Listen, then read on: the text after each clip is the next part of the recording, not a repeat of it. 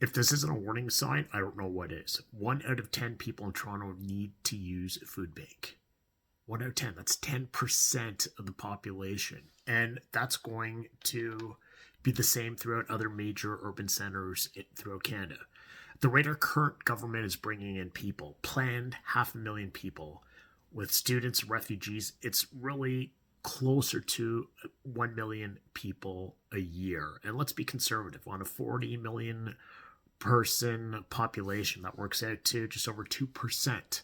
The majority of these people go to urban centers, and we're looking at about 4 to 6 urban centers that are already pushed to their limits. So rising rents with increased population means more demand for housing, which means higher rents, which means more unaffordability, which means more pressure on food banks, which ultimately means our society has become unaffordable. Interest rates are too high.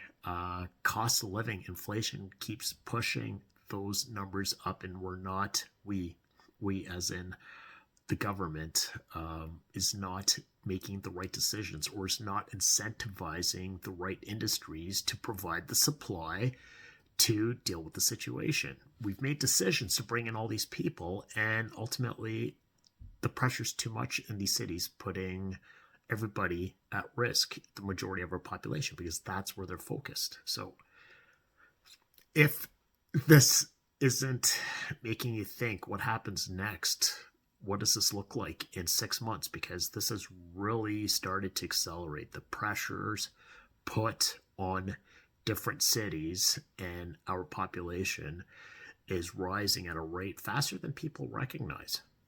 What do? We need meaningful solutions that look at increasing the provision of housing, which means incentivizing the private sector, because the government isn't creating that. And there's a lot of developers and housing companies that are just printing money because they're able to build standard homes as opposed to increasing densification in urban centers. So you've got homes that are going up, and you've got high rates of rent being charged for those places.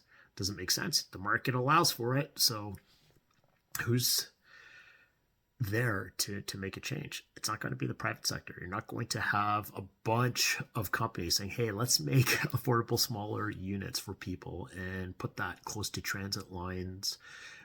No, instead you've got land banking developers who facilitate urban sprawl because they've got decision makers and planning committees in their back pocket, and the system is just not working. So let's put some thought into this.